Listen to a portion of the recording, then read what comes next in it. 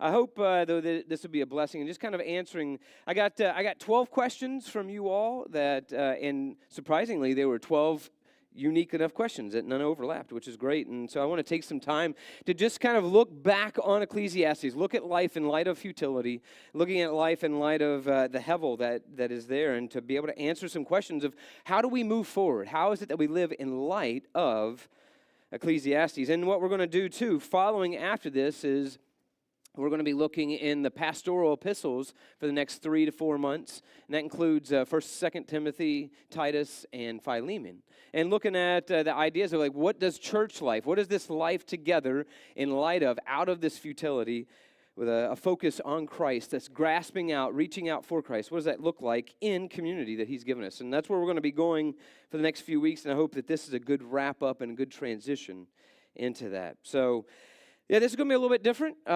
so it may be a little rough. I don't know. We'll see how it goes. I'm just going to ask the 12 questions and give you the answers as best that I can give them, and I hope that it's, like I said, a blessing to you. And if you have anything else in light of this, you get things, always feel free. I love to answer, whether that be by email or you come in. I love to do that, meet you over coffee and do that. So, without further ado, let's jump into our Ecclesiastes Q&R, question and response. So, and I kind of try to put these in a sort of an, maybe a flow that gets us some of the easy ones first. And the first one, I think, is one that a lot of you probably had. You heard me say many times, the question comes up, question number one was, how did you come up with the frame narrator and the author theory that we've talked about in that?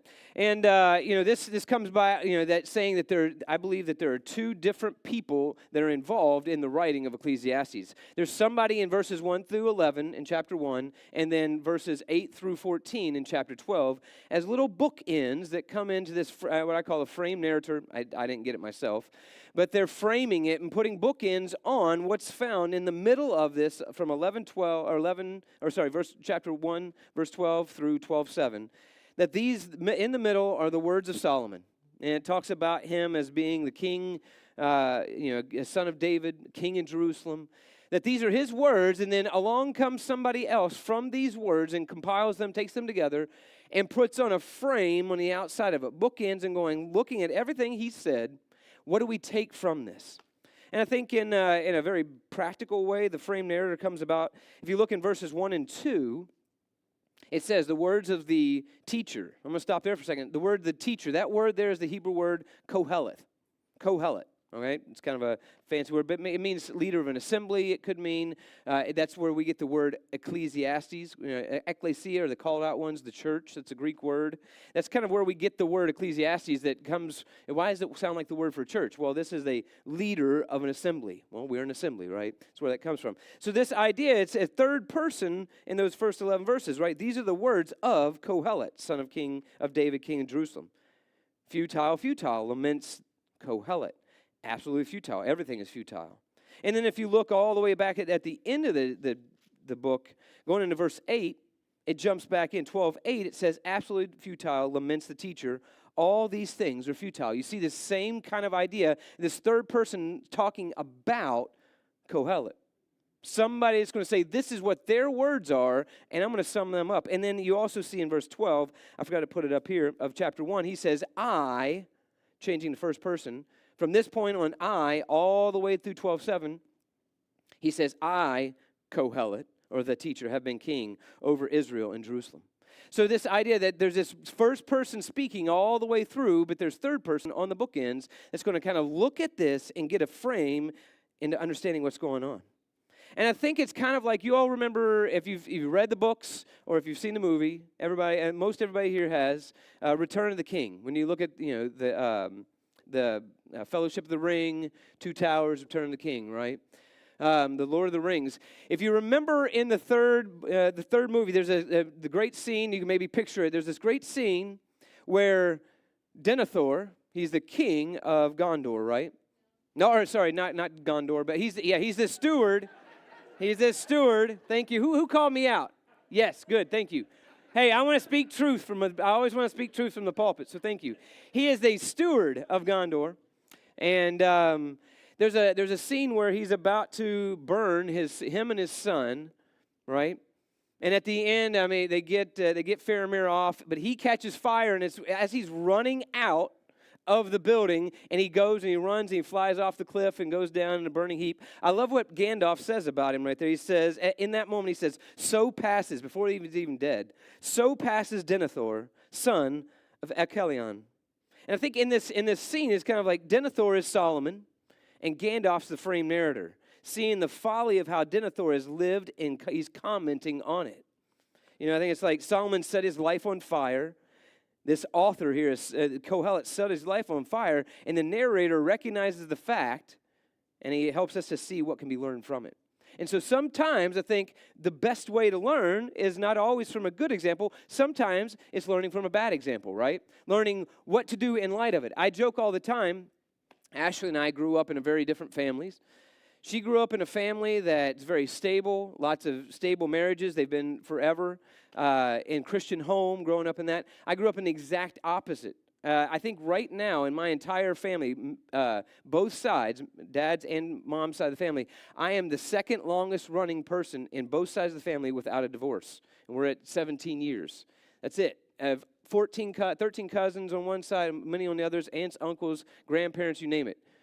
Like, I grew up in a lot of what not to do. She grew up in a lot of what to do. Sometimes life gives us a good example of learning, of saying, do not, learn from their mistakes, learn from what they've done, and grow from it. And I think that's kind of what's happening here in this frame narrative. What he's doing is saying, look at Solomon's life and learn from it.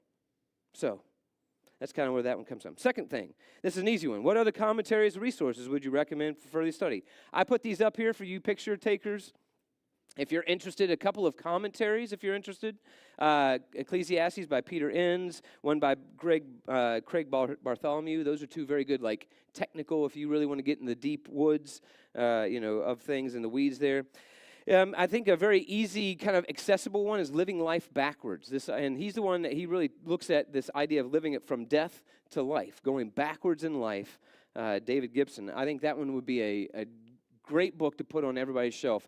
And then if you're interested on a flip side, you've heard me, I've put kind of more of a negative spin on Solomon. My pastor that I studied under at Denton Bible, Tommy Nelson, he takes the different side of it. He takes it from more of a positive side of saying, look what's been done under the sun and what we can learn from it in the good way.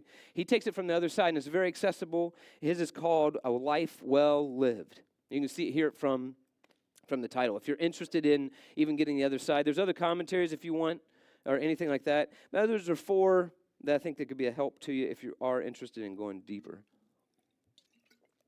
And all right, this one, this is probably my most lengthy one. I thought about this one quite a while. In one of your early sermons on Ecclesiastes, you observed, and I shortened the question, you observed that one cannot find purpose in life without God. If you had a room full of nurses and doctors saving lives daily, would you make that same observation, or would you word it differently? I thought that was an excellent question. And I think just from before even answering, I think one of the things on that, just from the front end, you miss, trying to make an argument from 8-9 weeks is hard to make in one, right? You can't always say the same thing every time in the one case. So try, build that argument over 8 or 9 weeks, but, not knowing the end from the beginning. But in some sense, if I had the time to stand before them and say the whole of Ecclesiastes, I think my short answer is absolutely, without a doubt, yes, I would say the same thing. Because I believe without Yahweh as the center, we fall prey to our motives for accomplishing tasks. I think if you go and look at the Sermon on the Mount, it's a great place. It gives us a great example of how God's thinking works. How does God's thinking work? And often, if you start with the Beatitudes, it's often what? Backwards and upside down, it seems, compared to our logic, how we do things. I think what Jesus clearly shows is how God extends mercy and love to the righteous and to the unrighteous. So I think there is an element there, of caring for all people.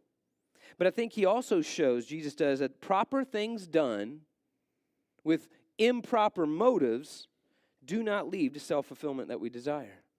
Proper things done with improper motives do not lead to the things that we desire, the fulfillment. And I think this is the case with a life not centered around serving Yahweh. And I think can good deeds be done by wicked people? Yes. Look at our world, right? This is a great question by atheists all the time. Well, what about the good things that people do? Well, I mean, where does that come from? I think God, I mean, it's kind of like, God does this himself, right? He talks about in the Sermon on the Mount that what? When it comes to the sun and it comes to the rain, what does he do? He gives the sun and the rain both to the righteous and to the wicked, right? I think good deeds can be done, but without the sense of living for more, that more being Yahweh, living for him, our actions fall flat because the person will ultimately, because Ecclesiastes shows us what, will die anyway, right? There's no guarantee. Ecclesiastes tells us that. I think the other side of the coin, though, is thinking about the person who benefits from the helpful actions of others. So thinking about, from the flip side, you're on the benefit side of things, right? Somebody's doing this work from, like, say, a doctor. Well, the reality is the action's short-lived, right? It will never outlive this life. It may or it may not fix the problem, right? Anybody gone to a doctor and had nothing fixed? How about this? It may lead to more problems. I mean, it does, right? Sometimes it leads to more problems. It may lead to the discovery of a new problem that you didn't have. Sometimes that can be a good thing, right? You go in for one thing and you realize it's something far worse. You've got cancer. You didn't even know that was a thing. That actually happened to my uncle a couple weeks ago. He's out. He had a stroke not too long ago, but he's recovering a little bit. He was out working on a fence, and a guy comes down. They've got the camera video of it. A car's coming about 80 or 90 down the road, and for whatever reason, they decided, right as they got to my uncle, they decided to switch lanes and come over and just clip him. Hit him. Thankfully, he said he saw, and they said he saw it just in time, like the video. He put his hand back, and it flipped him over and sent him about 40 feet. How he didn't die, I don't know, but in that, and going and getting a CT scan, they found out actually that he probably has cancer. And you go, wow, what a great thing that he came to the doctors and he made it through alive. I don't even know how he did it. But he also, in that, he found out that he had cancer, right? Some things lead sometimes to a discovery of a new problem. It may increase your quality of life. It may decrease your quality of life. But at the end of the day, even though positive outcomes are expected, what? There's no guarantee that you're going to get it. Because the reality is what? This is why we sign medical waivers before surgery, right? Because even the best case scenario, you sign a waiver, right? Why do they label the correct limb before going in? Right? It's why we're made aware of the side effects. You ever watched a drug commercial? 89% of the commercial is the side effects, right? The repercussions that could happen, along with the benefits that a medicine or procedure may supply. And I think this too, how many doctors or nurses suffer because of the patients that they've lost to death despite their best efforts? Or even a procedure that just went wrong. And I think with this, so many variables impact caring for another human being that if we're not guided by the heart of God, then why are we doing it? Cultivating a heart of mercy is difficult when you have no God with which to gain it. I think without serving Yahweh, we're serving something else, period. Whether that be money, fame, power, rights that we have, whatever it is will lead to futility. Why? Because all things end in the grave. The only way we cultivate a heart of love and mercy when we know death awaits us is because we are connected to the God who already has and gives us the heart to do so. So I think we serve a God who raises from the dead and counts it as an honor to serve. Think about this. We serve a God who raises from the dead and counts it as an honor to serve and have mercy on those who were but sheep. I think without God, who cares for the sheep? The sheep have no actual purpose. Why? But sheep are too dumb. And so I think having this frame in mind allows us to find purpose. On the positive side, I think this is reality of anything. This is not just doctors, whatever. Anything in life, I think having the right mindset and understanding Ecclesiastes as it is, seeing life in light of death from the end to the beginning, gives all of the little things that we find in life that would be futile, finding the one thing, grasping after Christ, makes all of those little futile things finally meaningful and lasting so. I think it's in understanding Yahweh that one can help someone not only live well, but I think what doctors do is also to help them die well, right? So that's a long answer, I know, and it's probably not completely satisfying, but I hope it helps to give a little bit of an idea, I think, of what we can find in this life that's not futile. Fourth question, was a teacher someone late in life looking back on his life from the perspective of maybe having achieved a lot, but realizing there's much more that he'd like to have achieved, or maybe done differently, or perhaps admitting there's no time left to do so, and he feels a bit down? Is this what he is? He's just kind of hey, I've lived life, and now it kind of sucks that I'm at the end, and I don't have it. I think that doing things differently is a critical question to this question. I think it's a memoir of life lived for self, and for the accumulation of money, people, things, and power.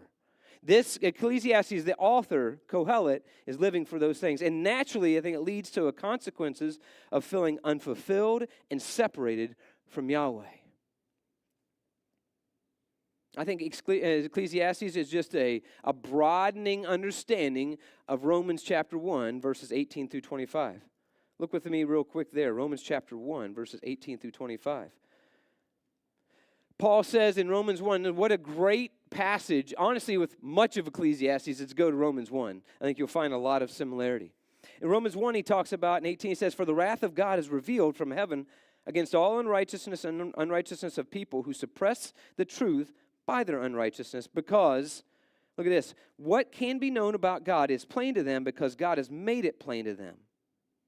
For since God, the creation of the world, his invisible attributes, his eternal powers, divine nature, have been clearly seen because they are understood through what has been made, so people are without excuse.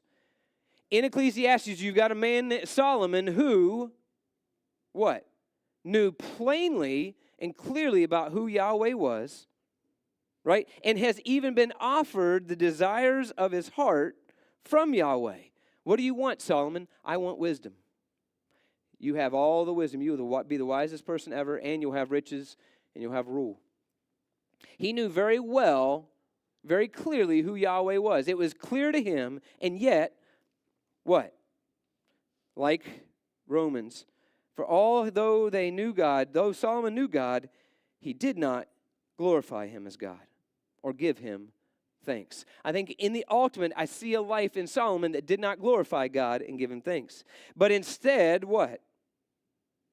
He became futile in his thinking, and senseless heart was darkened. Solomon started living for something other than Yahweh, and I think his thinking went and his heart was darkened. And although he claimed to be wise, he became what? And this is what happens to anyone. Claiming to be wise, they became utter fools. And when he does that, he exchanges the glory of the immortal God for an image resembling humans or birds or animals or reptiles. So I think what he's done, and you see in taking on of other gods and other things like that, and kind of falling away from the true God, he worships the false. And so I think he follows his memoir as being handed over. So you see in verses 24 and in 26 and 28, over and over, God does what? Therefore, God handed them over. And I think it's a picture of what Solomon's done. He's being handed over to futility. Handed over by Yahweh to his passions and being enslaved by them. And I think that's the truth that happens for any of us when we turn away from that truth.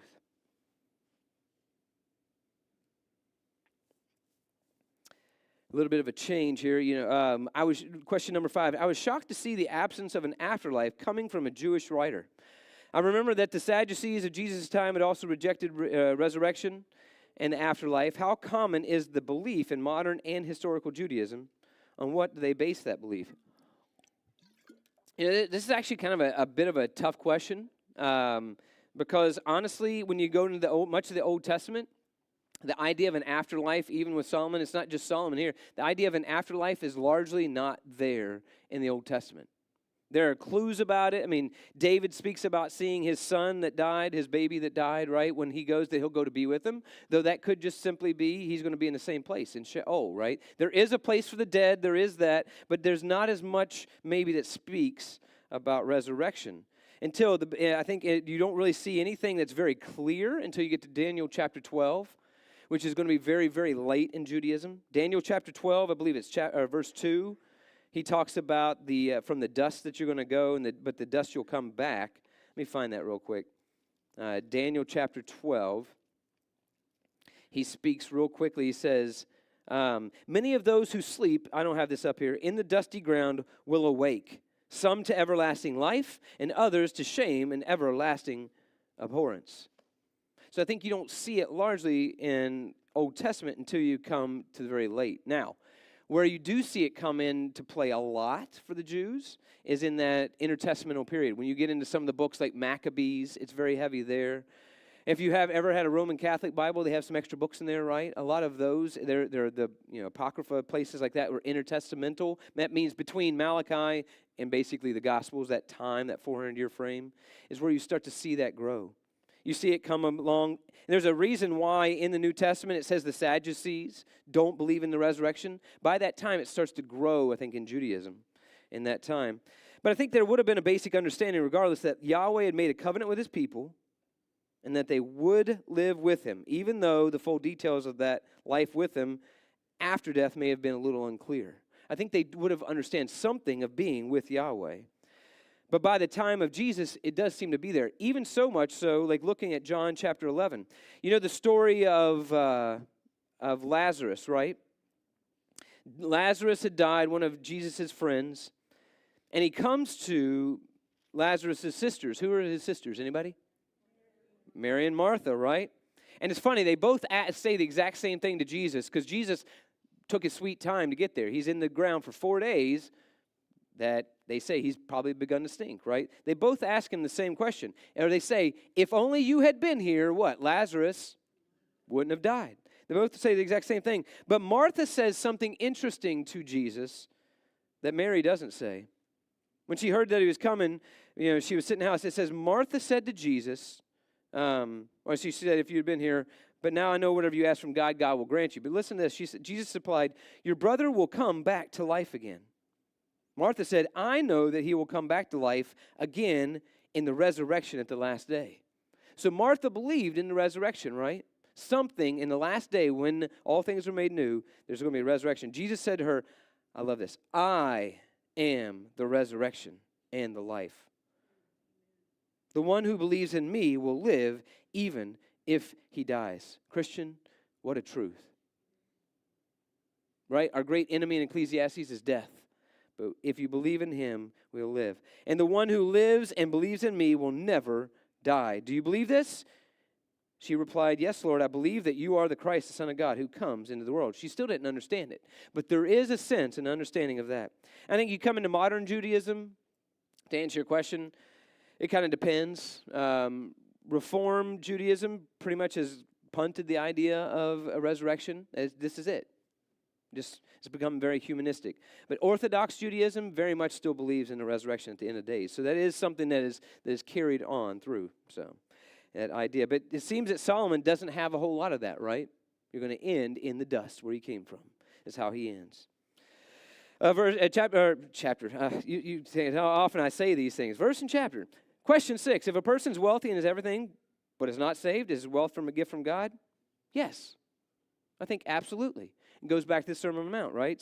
God sends the rain and the sun, both on the righteous and the unrighteous. All wealth is given by God. I think it's a common grace.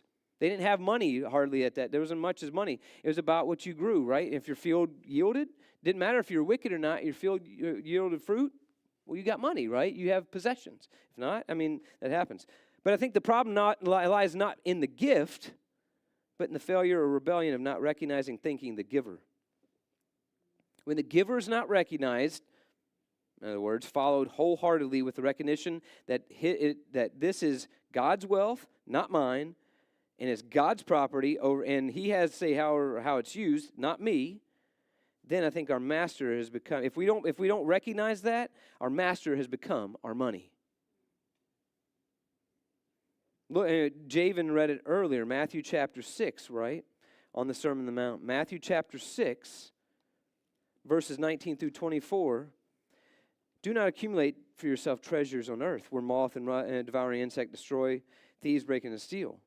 But accumulate yourselves treasures in heaven, where moth and devouring insect do not destroy, and thieves do not break in. For where your treasure is, your heart will be also. Right? And I love it. The eye is the lamp of the body. If your eye is healthy, your whole body will be full of light. But if your eye is diseased, your whole body will be full of darkness. If then the light in you is darkness, how great is the darkness? And that seems like a really weird place, like you're talking about money and possessions, and right here you're talking about light in your eye. But think about it. If the eye is diseased, you don't recognize the giver of the things. That's where he's going to go on. If your eye is diseased, you don't see the giver. The whole body's going to be diseased and in darkness. And what's going to happen is the wealth is going to rule, and it's going to enslave you. If you don't understand that it comes from God and it belongs to him, it will enslave you. And also see Romans 1:18 through 25. And the turning over ultimately to what? Whatever it is you worship. You will become like what you worship. Whatever you love, whatever you go after, whatever your heart's desire is, whether that be God or something else, you will be like that thing that you worship. And your heart will show itself true. It may not be today, it may not be tomorrow, but it will show. I guarantee you, if you love money, if you value that above all other things in your possessions, it will show out in your life. I guarantee it. And I think as a Christian, what we want to do is often we want to try to say, oh, well, I need to figure out, am I living for the right thing? Am I living for the right thing? And I ask myself all the time, and what am I very good at doing? Deceiving myself. What do we need to do is we need to stop asking ourselves, am I living for the wrong thing? And I need to start asking you all, am I living for the right thing or not? And listening to my brothers and sisters and letting me know if I am or not. I want to move on. Question 7, we've heard a lot about grasping and striving. What are some of the other passages that help us to further explore or unpack our motives for what we choose in our hearts to do? I think the best, simple answer, Sermon on the Mount. Matthew chapters 5 through 7. It's a great place to start. It shows what the attitudes and postures of a believer is to be. It shows the character of God and how he's different and he calls us to be different. I think it also reveals the true motives of our heart when our emotions are covering them up. It's talking about all the false things that come about. I think it shows us how we must only have one master, and it cannot be money, right? It cannot be possessions. Other thing, we strive after so many things, we grasp after so many things. The Sermon on the Mount will speak truth to all the graspings that you have. I guarantee it. Go read Matthew 5 through 7. We doing okay? You doing okay? This is good? I got 5 questions left. I hope this is informative. How about this? Question 8, could James 1, 5 through 8 explain why or how Solomon fell so far in his wisdom after asking it from Yahweh and it being granted? How might this James passage fit with what we see in Ecclesiastes? Let me read that real quick. And that's James chapter 1 verses 5 through 8. He says, if any of you is deficient in wisdom, he should ask God, who gives it all generously and without doubting. For the one who doubts is like a wave of the sea, blown and tossed about by the wind. For that person must not suppose that he will receive anything from the Lord, since he is double-minded individual, unstable in all of his ways. I think it could. I think this is a good idea of maybe what happened to Solomon. I imagine if Solomon was looking maybe as a newly gained kingdom, because he just started out okay. He did start out pretty well. He built the temple, though he did build the temple for the God who rescues from slavery with slaves. He did at least build a temple to that God. He didn't always do a great job, but I think what it is, you see in time, maybe the best way to protect his kingdom, having other rulers approach him, he didn't want to offend them maybe. Might have been a simple step to shore up things for himself by taking wives or gifts to enter into contracts instead of seeking Yahweh's wisdom. He had it early on, but it seems that he starts turning inwardly to his own wisdom. I think this could be an example of a trial that James talks about. But instead of asking God for wisdom, he sought it in himself. Showing the doubt, being tossed about by the wind, and being double-minded.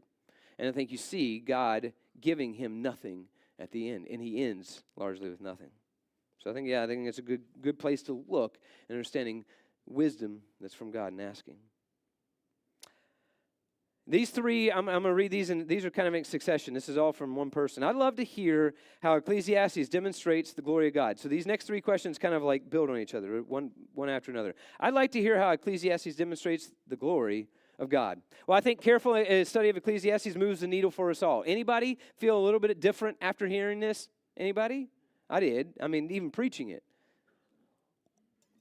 Helps you live differently, right? It leads us to wonder how we find and use the wisdom that has profit, like Proverbs, Song of Solomon, Wisdom seems good, right? It makes us ask what the actual profit is under the sun.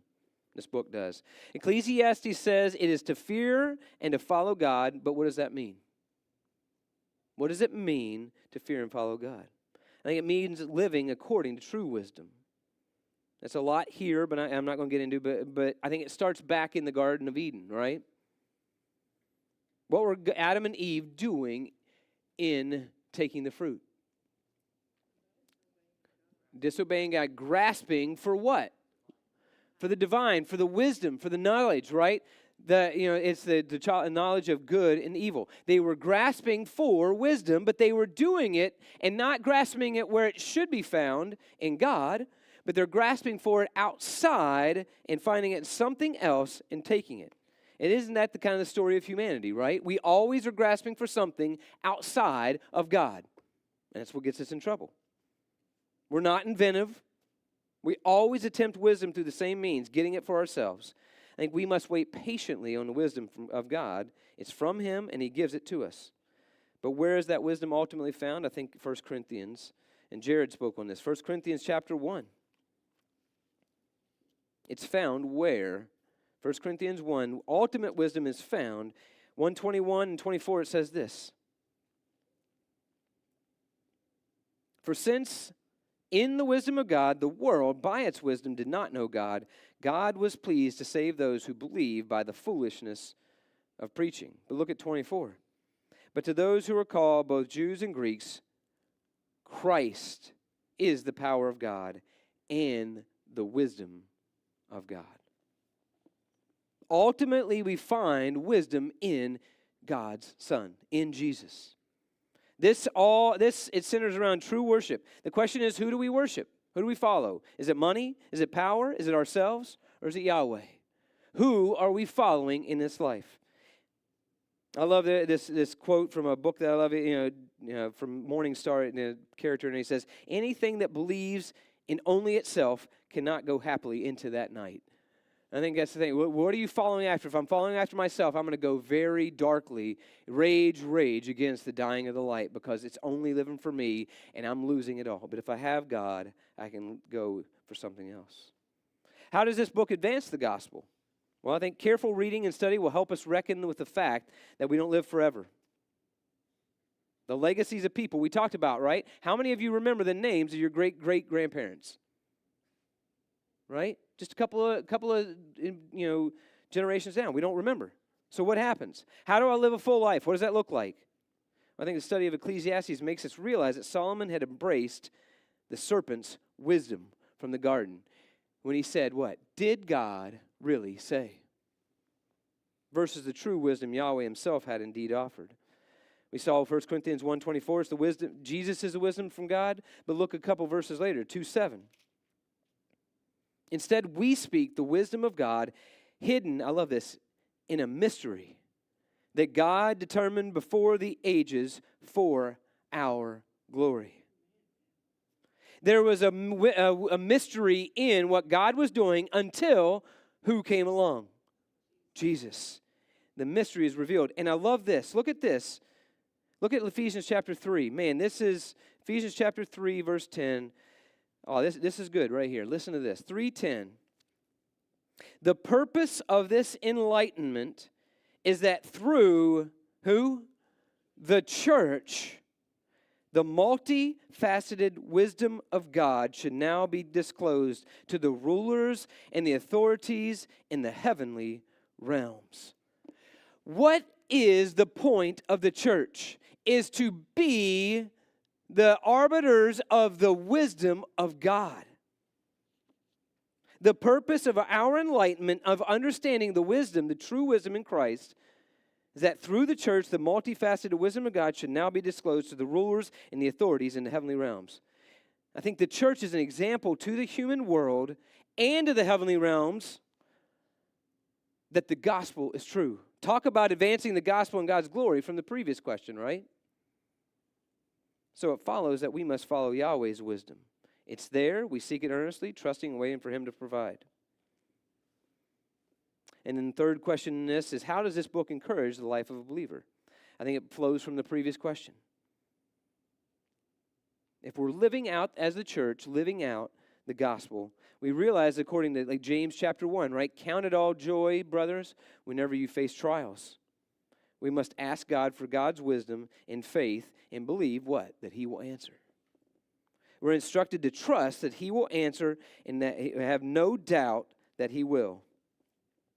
I think Ecclesiastes helps us to understand that wisdom in this world will lead me to futility, but wisdom from God, I got to believe that if I ask it, He will give it generously and without reprimand, and that we can live a life of true wisdom and have no doubt. I think it's good to know that our lives on earth are earthly and heavenly examples, and that Yahweh is not as stingy with His wisdom as the serpent would have us believe He is. Did God really say? God's wisdom will hold us. And my final question number 12, and I think it kind of wraps a lot of this up, is what does an Ecclesiastes-filled life look like? How do we live in light of the truths of this book? How do we live? So in light of all this, what do? A couple of things. Obviously, it's called read the Bible, okay? So some of this is bigger, but I think a few things. I think first is that we seek the wisdom of God by prayerfully asking for it. We study our word, and we trust that He will supply it. James chapter 1, right?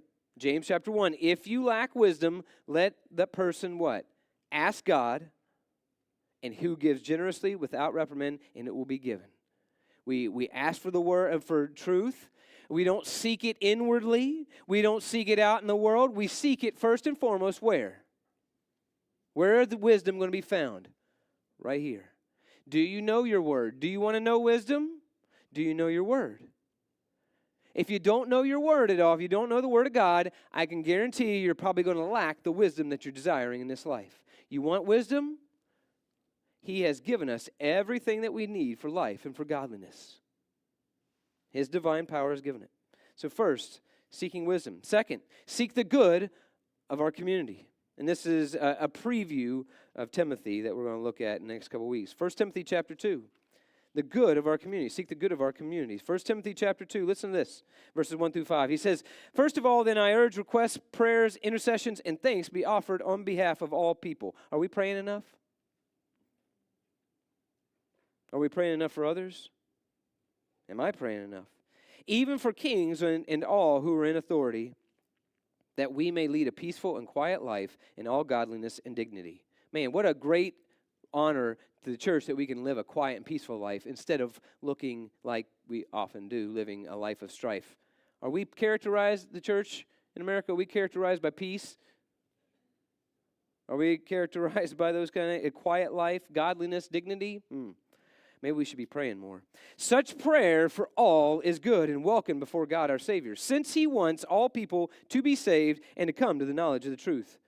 For there is one God and one intermediary between God and humanity, Christ Jesus Himself, human. We seek the good of our community. Third, we enjoy our immediate community. Enjoy it. Hey, look around you. You see the other people here? Let's enjoy each other, right? Relationships with other believers and our families, but we do not use them to fulfill our needs. We don't use each other to get what we want. We enjoy each other. Instead, we live together in such a way with such relationships that when we share the gospel, we share the gospel with those outside of here, they should be able to say, yeah, that makes sense.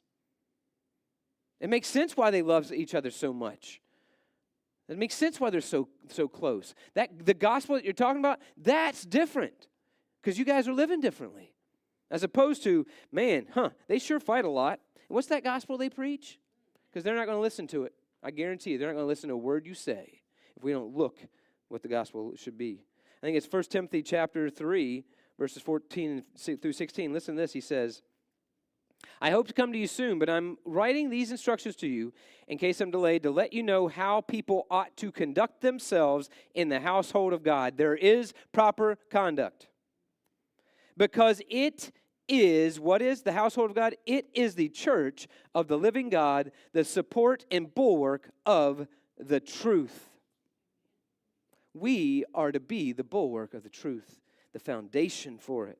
And we all agree our religion contains amazing revelation. He was revealed in the flesh, vindicated by the Spirit, seen by the angels, proclaimed among the Gentiles, believed on in the world, and taken up in glory. Our conduct, the way that we live, proves that last part there to be true or not. It's not even up there. I guess it's not. I'm pointing up there. It's not. It points to whether that is true or not. How we live, how we conduct ourselves. I think we also enjoy God's blessing and use them to bless others, because that's what God did for us, right? He sends the rain and the sun on the wicked and the evil, and he says, "Go, don't just love those who love you," right? Who can do that? Who can love those who love you? Anyone. Low bar. Don't be excited when the bar's right here and you're like, "Ha!" Okay? Don't get excited. You didn't accomplish anything.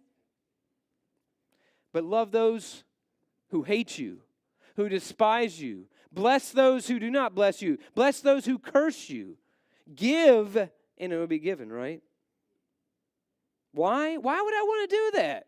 Oh, Jesus did that, didn't he? Seek wisdom. Seek the good of our community. Enjoy the community. And enjoy God's blessing and use them to bless others, because he did it for us first. And so I want to finish this question with a word about what's coming. Like I said, we're going to start looking at, what does this look like? What does church look like? What does our conduct look like that can give us light? Now we live in light of the truths of Ecclesiastes. What do they look like in the light of the community God has placed us in? We're no longer to live for ourselves, but for the benefit of others. To look different than the world around us, to protect the sheep from the wolves, right? And to look like Jesus. I'm going to end with this. You know, I did this back whenever I did Leviticus. We ended with what does it look like to be kind of like this similar thing, okay? And living in light of Sabbath and living in light of Leviticus, what does life look like? We did it again at the end of Luke, and I want to keep going at it because I think it's great. Is living in light of the daily Sabbath, living in light of what Christ has given us, the rest that we have, the idea that he has given us meaning out of the futility. What do? I think 7 quick things. I just want to touch on them. But I think first, realizing that nothing we have is ours to own. Why? Because it's all going to go away anyway, right? It's going to be given to somebody else. You don't have any control of it. Stock market, crash, you lose it all anyway. House burns down, you didn't have insurance, or they don't cover that. I think second, we live a daily life of generosity. If I realize it's not mine to own, that it's God's and it's on loan to me, then I need to live generously to others. I think third, we move from a consumer pursuit of God, which is what we do a lot of times. What am I here for? I'm here for gimme, gimme, gimme. What do I have? What can I get? What can I get? To one of service. What can I give? We invest in each other's lives in the common areas. We can do it in the holy areas on a Sunday morning or when we gather together, but what about just in the common areas of life? Just the day by day things, that we invest in those things and we grow in that. Realizing that, right, the futility of life, but you know what? I enjoy the little things because it's involving you. It's involving the people that I'm building my life with. We become disciple-making disciples. We're following Christ, but we're calling others. Imitate me as I imitate Christ, right? Bringing others along. Care for those unable to care for themselves, because it's going to happen. There are plenty of people that cannot care for themselves. And we who have, give to those who have not.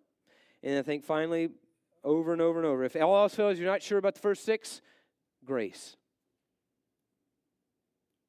And a little bit more, and a little bit more. It's the only thing that transforms. This mindset helps us to live a life of joy and fulfillment and makes hevel a thing of the past. Amen? Let's pray.